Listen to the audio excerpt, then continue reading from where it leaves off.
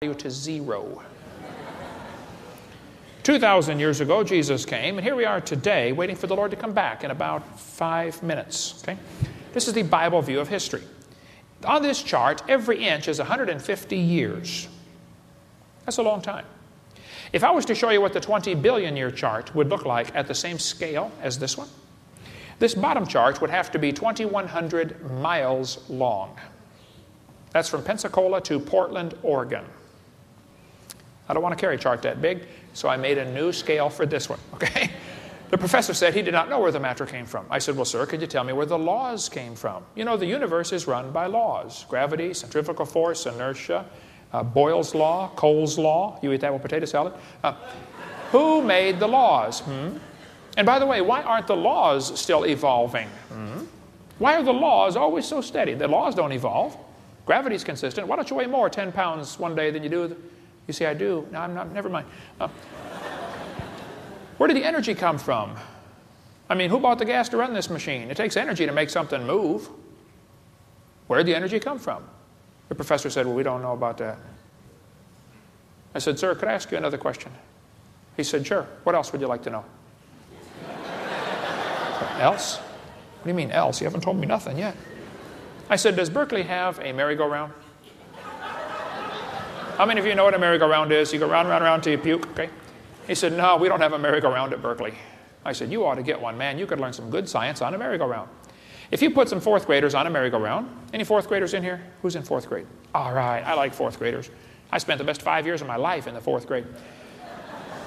That was before they diagnosed ADD. We're going to put some fourth graders on the merry-go-round, and we're going to get the high school football team out there to get it spinning clockwise as fast as it will possibly go. Now, if you have a digital watch, you may not know what clockwise means. I'll tell you later, okay? We're going to spin the merry-go-round clockwise. The kids are going to go through 4 phases. They start off in phase 1. They're screaming at the football players, come on, let's go. Can't you go faster? Let's go. Move it, move it. You get up around 30 miles an hour. The kids enter phase 2, where they stop screaming. They just quietly concentrate on trying to hang on for dear life. You get up around 60 miles an hour, and the kids enter phase 3, where they start screaming again. But now they're screaming, stop, stop, please slow down. Don't stop, they'll keep going faster and faster. When you get to about 100 miles an hour, you should go into phase 4. That's where the kids begin to fly off the merry-go-round. Now, when this happens, you will notice an interesting phenomena of physics. If the merry-go-round is spinning clockwise, when the kid flies off, the kid will be spinning clockwise until he encounters resistance, like a tree or a telephone pole.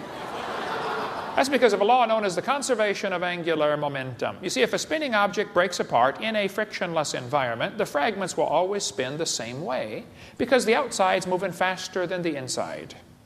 People say, what if they hit each other? They can't hit each other. Drop a hand grenade off, let it explode. The longer you wait, the further apart the fragments become. How are they going to hit each other out there in the field someplace? Duh. We could talk all night about the conservation of angular momentum, but the professor said, yes, I'm familiar with the conservation laws. I said, well then good, sir. I have a question for you. If the universe began as a swirling dot, Big Bang, like you said, shouldn't everything be spinning the same way? He said, yes. I said, would you tell me why then that 2 and possibly 3 of the planets are spinning backwards? Can you tell me why 8 of the 91 known moons are spinning backwards? Would you tell me why 4 planets have moons going both directions at the same time? Can you explain to me why some whole galaxies are spinning backwards? He said, that's interesting. I said, no, sir, that's more than interesting. That's kind of hard on your Big Bang theory. He said, why do you think they're going backwards? I was hoping he was going to ask that. I said, sir, it's very simple. You see, in the beginning, God created the heaven and the earth. And God did it that way on purpose, just to make the Big Bang theory look stupid.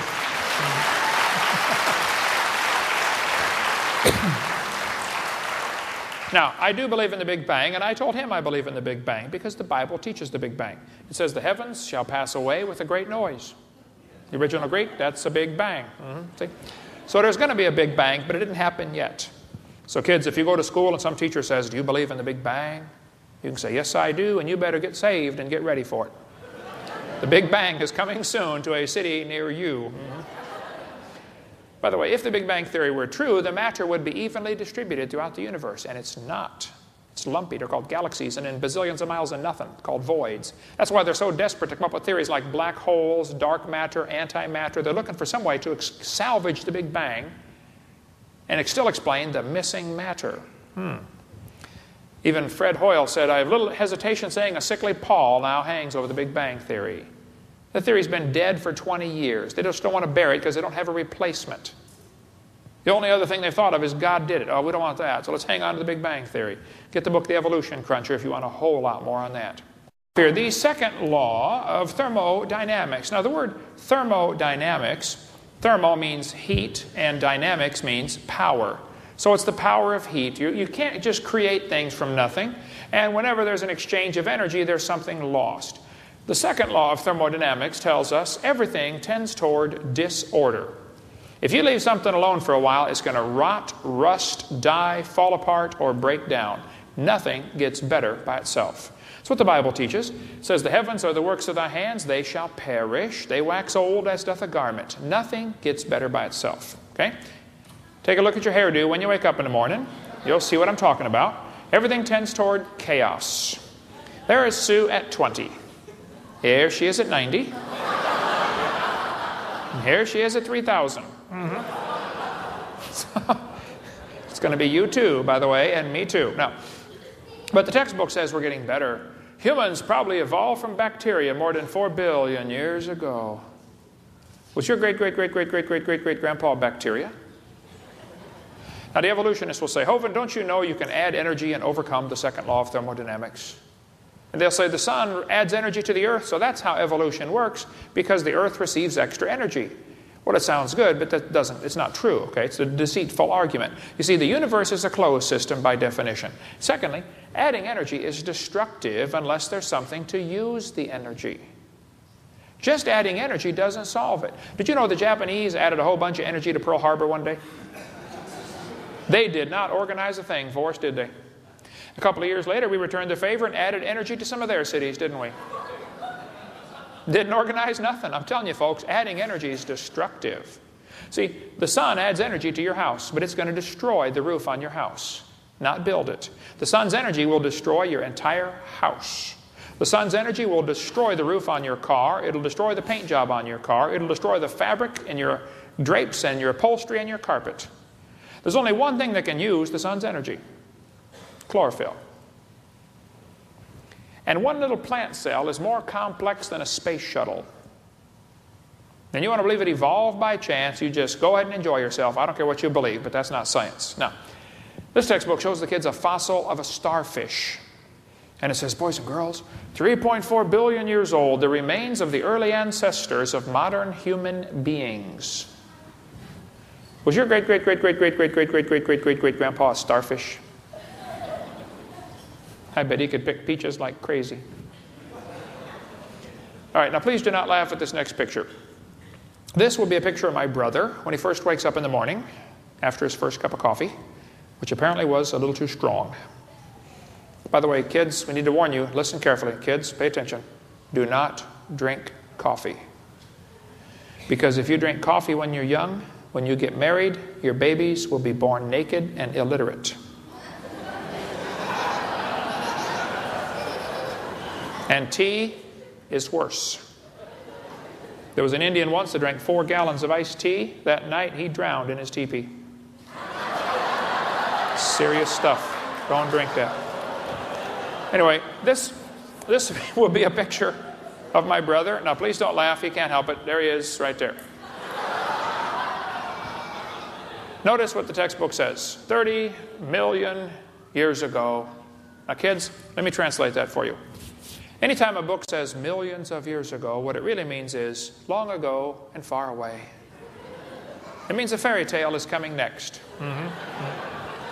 30 million years ago, these critters evolved. Ooh, there's that word again. You got to watch that one, remember? 6 different meanings. It says they're ancestral to both humans and modern apes. Ancestors to humans? Grandpa? What big eyes you have, Grandpa. The better to see you with, my boy. You know, we've been teaching our kids they're nothing but an animal, and today a lot of them act like animals. Barbara Reynolds figured it out. She's a liberal journalist. She said, your kids go ape in school? Here's why. He's being taught evolution. Guess what, Johnny? You're an animal and share a common heritage with earthworms. You mean I'm just an animal? Okay. What do you expect? Have you noticed the rock and roll music these days is all full of death and destruction and blood? Well, the Bible says they that hate me love death. That's the problem. Kids are taught today there are no absolutes.